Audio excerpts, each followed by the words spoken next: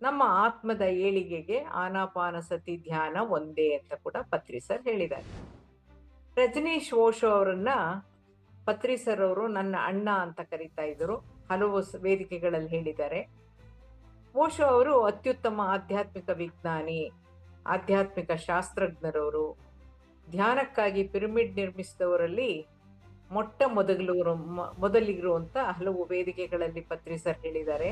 ಸತ್ಯ ಸಾಯಿ ಬಾಬಾರು ವಿಶ್ವಾಸವೇ ಶ್ವಾಸ, ಧ್ಯಾನವೇ ಜೀವನ ಮಾರ್ಗ, ಜೀವನವೇ ಧ್ಯಾನ ಅಂತ ಅಂದಿದ್ದಾರೆ.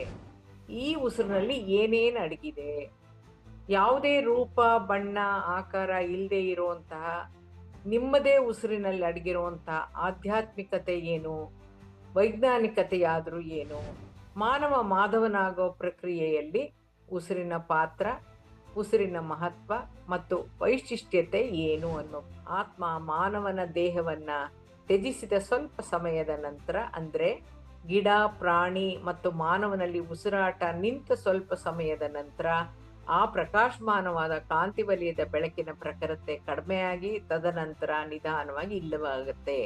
ಅಂದ್ರೆ ಉಸಿರಾಟಕ್ಕೂ ದೇಹವನ್ನ ಆವರಿಸಿರೋ ಬೆಳಕಿನ ಶಕ್ತಿ ಚೈತನ್ಯಕ್ಕೂ ನೇರವಾದ ಸಂಬಂಧವಿದ್ದು, ನಾವು ಧ್ಯಾನದ ಮೂಲಕ ನಮ್ಮ ಪ್ರಭಾವಳಿಯಲ್ಲಿರೋ ಪ್ರಕಾಶಮಾನವಾದ ಶಕ್ತಿ ಚೈತನ್ಯವನ್ನ, ಬೆಳಕಿನ ಪ್ರಖರವನ್ನ ಹೆಚ್ಚಿಸಿಕೊಳ್ಳಬಹುದಾಗಿದೆ.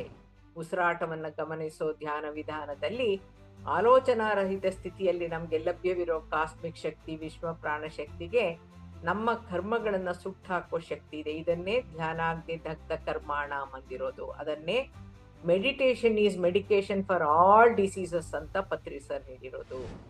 ಇದೇ ಆನಾಪಾನಸತಿ ಧ್ಯಾನ ವಿಧಾನದಿಂದಲೇ ಗೌತಮ ಬುದ್ಧನಾಗಿದ್ದು ಜ್ಞಾನೋದಯವನ್ನ ಹೊಂದಿದ್ದು ಅಷ್ಟಾಂಗ ಮಾರ್ಗವನ್ನ ರೂಪಿಸಿದ್ದು. ಪತ್ರಿ ಸರ್ ಅವರ ಗುರುಗಳಾದ ಸದಾನಂದ ಯೋಗಿಗಳು ಪತ್ರಿ ಸರ್ಗೆ ಕಲಿಸ್ಕೊಟ್ಟ ಧ್ಯಾನ ವಿಧಾನನೂ ಕೂಡ ಇದೇ ಆನಾಪಾನಸತಿ ಧ್ಯಾನ ವಿಧಾನ.